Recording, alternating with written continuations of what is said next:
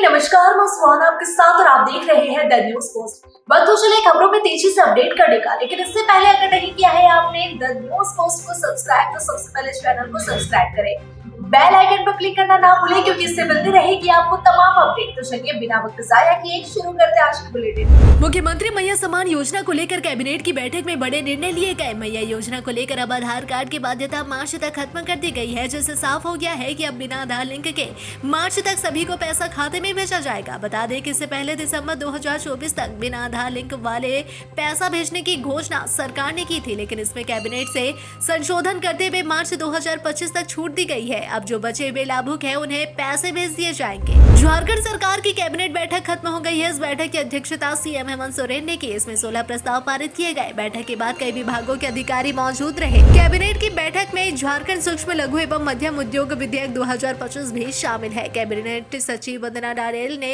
Cabinet बैठक के बाद बताया कि लातेहार की मनिका की तत्कालीन बीडीओ साधना जयपुरियार को सेवा से बर्खास्त करने का निर्णय लिया गया। कैबिनेट की बैठक में हाईकोर्ट के फैसले के बाद कृषि विभाग में 6 कर्मियों की मंजूरी दी गई है। जी हां, आपको बता दें कि इसके साथ ही बाल पहाड़ी बराज के निर्माण को भी मंजूरी दी गई है। देश में अल्पसंख्यक आरक्षण का मुद्दा चर्चा में है और अब झारखंड में भी इस तरह के आरक्षण पर सरकार से मांग मंत्री इरफान अंसारी ने की है। उनका मानना है कि देश में भाजपा ने मुसलमान को दबा दिया है, जिसे सुरक्षित करने के लिए आरक्षण की जरूरत है।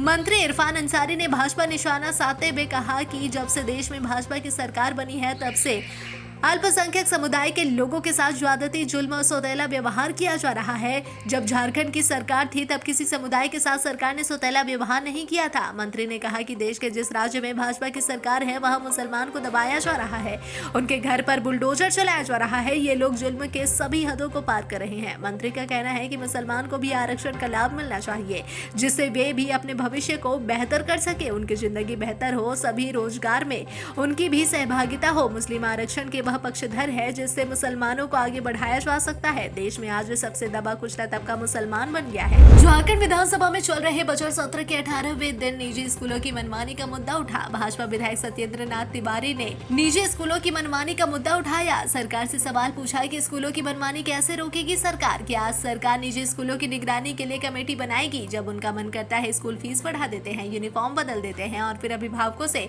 मोटी रकम वसूल लेते हैं। उन्होंने कहा कि यह अभिभावकों का शोषण करने वाली संस्था बन गई है। हर कोई चाहता है कि उसके बच्चे अच्छी शिक्षा ले और फिर कुछ बेहतर काम करके अपने माता पिता का नाम रोशन करे। निजी स्कूल और शिक्षण संस्थान इसी भावना का फायदा उठा रहे हैं। कभी प्री एडमिशन के नाम पर तो कभी ड्रेस कोड के नाम पर पैसे वसूलते हैं, मनमाना रवैया अपनाते हैं। निजी स्कूलों और अन्य शिक्षण संस्थानों में सरकार का कोई हस्तक्षेप नहीं है। झारखंड में बाहरी भीतरी का मुद्दा हमेशा से गर्म है और यहाँ स्थानीय कौन है अब तक यह परिभाषित नहीं है। कैसे झारखंडी की पहचान हो, इस मुद्दे पर खूब बहस होती है, लेकिन इसका कोई रास्ता अब तक नहीं निकल सका। बात 1932 की होती है तो उसमें 75% आरक्षण की होती है, लेकिन हकीकत इससे कोसों दूर है। विधानसभा के बजट सत्र के दौरान डुमरी विधायक जयराम महतो ने सदन में सवाल पूछा कि निजी कंपनियों में काम कर रहे कितने मजदूर झारखंड के हैं। इसमें सरकार ने बताया कि 2.5 लाख के करीब पेरोल में नामित है, इसमें सिर्फ 53,000 झारखंडी है। सरकार की ओर से बताया गया कि स्थानीय को आरक्षण के मुद्दे पर हाईकोर्ट ने रोक लगा दी है। इस पर डुमरी विधायक जयराम महतो ने कहा कि कोर्ट ने दिसंबर के बाद रोक लगाया है, आखिर इससे पहले सरकार के आदेश को क्यों नहीं तामील किया गया? क्यों नहीं 75% स्थानीय लोगों को नौकरी में रखा गया? क्या अब ऐसे लोगों पर कार्रवाई होगी? मुख्यमंत्री हेमंत सोरेन भ्रष्टाचार के खिलाफ जीरो टॉलरेंस की बात करते हैं, लेकिन उनके अधिकारी खुलेआम रिश्वत ले रहे हैं। ऐसे में एसीबी ने बड़ी कार्रवाई की है। गढ़वा के मनरेगा बीपीओ प्रभु कुमार को एसीबी की टीम ने 12,000 रुपए रिश्वत लेते गिरफ्तार किया है। मिली जानकारी के अनुसार घूसखोर बीपीओ मनरेगा योजना के डोभा निर्माण में काम से पहले लाभुक से 12,000 रुपए का घूस मांग रहा था। लाभुक ने इसकी शिकायत पलामू एसीबी की टीम को दी और इसके बाद एसीबी की टीम ने इसका वेरिफिकेशन किया तो मामला सत्य पाया गया। इसके बाद एसीबी के डीएसपी सुदर्शन आस्तिक ने एक टीम बनाकर आज रमना प्रखंड कार्यालय से घूस लेते बीपीओ प्रभु कुमार को रंगे हाथों गिरफ्तार कर लिया और उसे अपने साथ पलामू ले गए। फिलहाल एसीबी के इस कार्रवाई के बाद पूरे जिले भर में हड़कंप मचा हुआ है। सरायकेला में इन दिनों अपराधियों का तांडव देखने को मिल रहा है, जहां आए दिन चोरी, हत्या और लूट की घटनाएं हो रही है। ताजा मामला राजनगर थाना क्षेत्र के गोविंदपुर का है, जहां भारतीय स्टेट बैंक के मिनी ब्रांच में दिन दहाड़े 70,000 10,000 की लूट हुई है। जानकारी देते हुए ब्रांच मैनेजर चंद्र मोहन हांसदा ने बताया कि 3 नकाबपोश लुटेरे बैंक में आए और बंदूक की नोक पर लूट को अंजाम दिया और उनको अंदर बंद कर बाहर से शटर लगा दिया है, जिसके बाद कड़ी मशक्कत के बाद शटर को खोलकर चंद्र मोहन को बाहर निकाला गया। देवघर बाबा मंदिर में मंगलवार की शाम वार्षिक गवाली पूजा का आयोजन किया गया। चैत्र मास में आमतौर पर महामारी फैलने की आशंका से शहर के बचाव के लिए यह आयोजन सैकड़ों वर्षों से होता आ रहा है।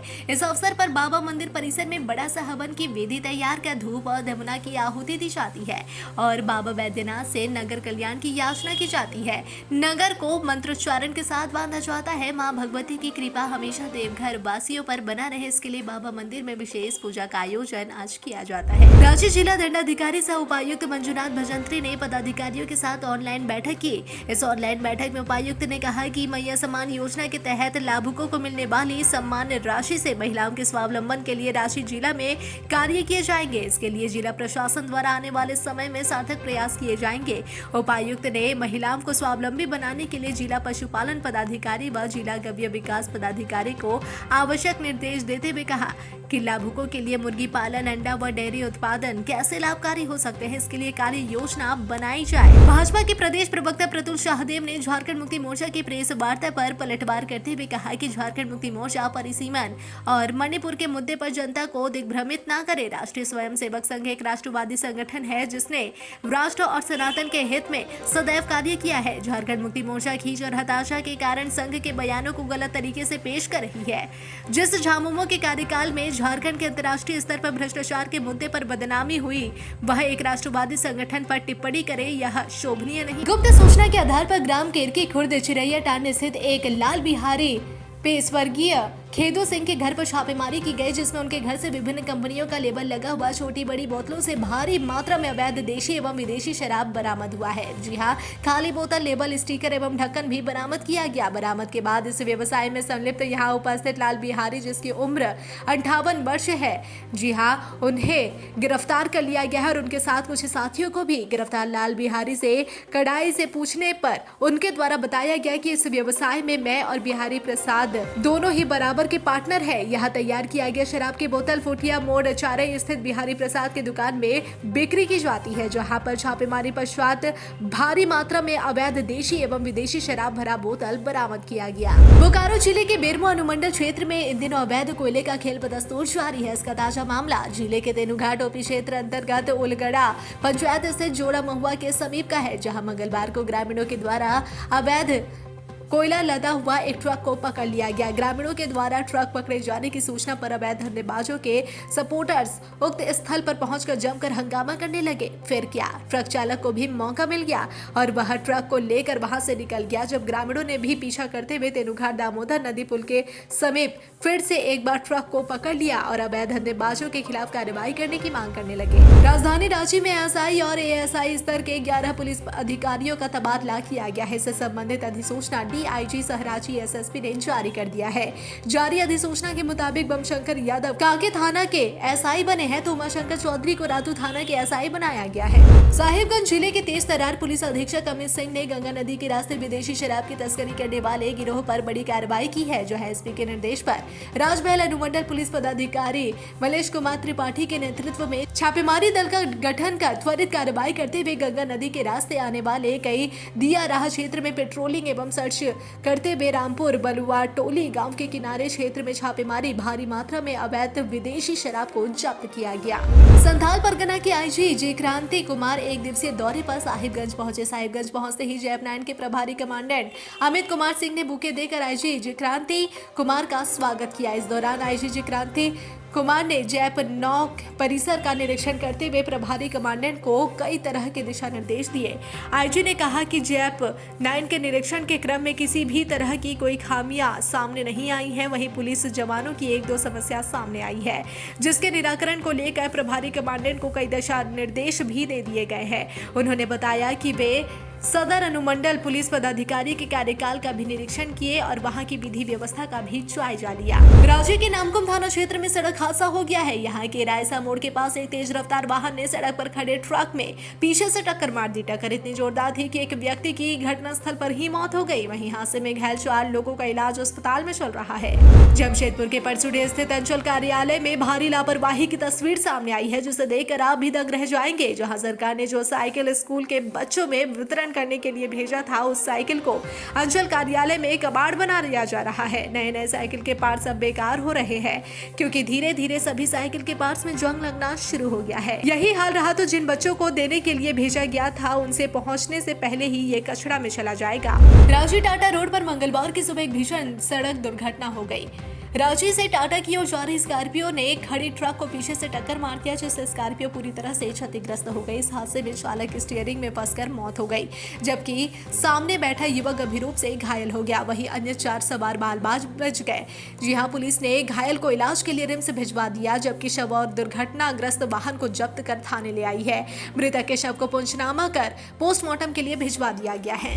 धनबाद के तोमचांची में सोमवार की रात फिर फायरिंग हुई। बाइक पर सवार 2 अपराधियों ने फल कारोबारी रमेश भगत को गोली मार दी। गोली लगने के बाद रमेश भगत को पहले CSC ले जाया गया, जहां प्राथमिक उपचार के बाद उन्हें धनबाद रेफर कर दिया गया। उनकी स्थिति फिलहाल गंभीर बनी हुई है। गोली चलने के बाद अफरा तफरी मच गई। यह घटना तोपचांची के भवानी चौक पर हुई है। बताया जा रहा है कि रमेश भगत अपनी दुकान बंद कर घर जा रहे थे। जैसे ही भवानी चौक पहुंचे, पीछे से बाइक पर सवार 2 अपराधी आए और सटा कर गोली मार दी। हमलावरों ने 2 फायर किए, जिसमें एक मिस कर गई और दूसरी गोली लगी। गोली लगने के बाद रमेश भगत दौड़कर भवानी चौक स्थित पेट्रोल पंप पहुंचे। वहां से उन्होंने खुद फोन पर पुलिस को घटना की सूचना दी। पुलिस तत्काल पहुंची और रमेश भगत को तोपचांची साहू बहियार CSC ले जाया गया। फिर उन्हें धनबाद रेफर कर दिया गया। फायरिंग करने के बाद अपराधी गोमो की ओर फरार हो गए। पुलिस अगल बगल के CCTV की जांच कर रही है। गोली उनके गाल के दाहिने तरफ को चीरते हुए अंदर गई है।